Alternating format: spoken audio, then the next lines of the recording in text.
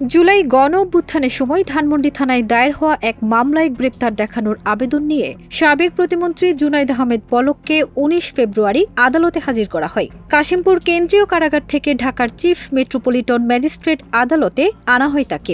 মাথায় হেলমেট, হাতে হাত করা ও বুলেট প্রুফ জ্যাকেট পরা অবস্থায় আদালতে দেখা মেলে পলকের। কোটি মানুষের আস্থার ভালোবাসায় ১১ বারের মতো দেশের ১ নম্বর রেফ্রিজারেটর ব্র্যান্ড ওয়ালটন। সকালে এজলাসে এসে সাংবাদিকদের শুনিয়ে বেশ কিছু কথা বলেন পলক। এর আগে অন্য কয়েদিদের সঙ্গে হেঁটে আসার সময়ও বেশ কিছু কথা বলেন তিনি।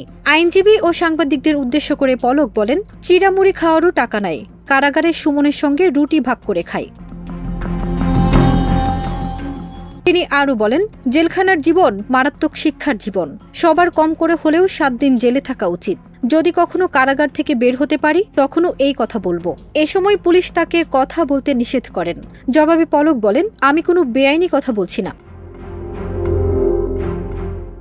আদালতে কথা বললে রিমান্ড বাড়িয়ে দেওয়া হয় বলেও অভিযোগ করেন পলক। তিনি বলেন, কথা বললেই রিমান্ড বাড়িয়ে দেয়, আইনজীবীরা কথা বললে রিমান্ড বেড়ে যায়। এরপর মহানগর পাবলিক প্রসিকিউটর ওমর ফারুকীকে সালাম দেন পলক। তবে প্রথমে সাড়া না দিলেও পরবর্তীতে পিপি তার সালামের উত্তর নেন।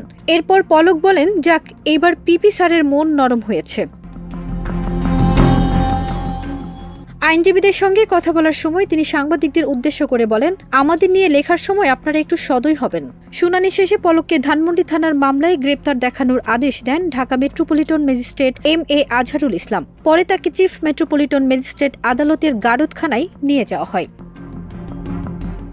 ফারজানা নিকিতা, দেশ রূপান্তর।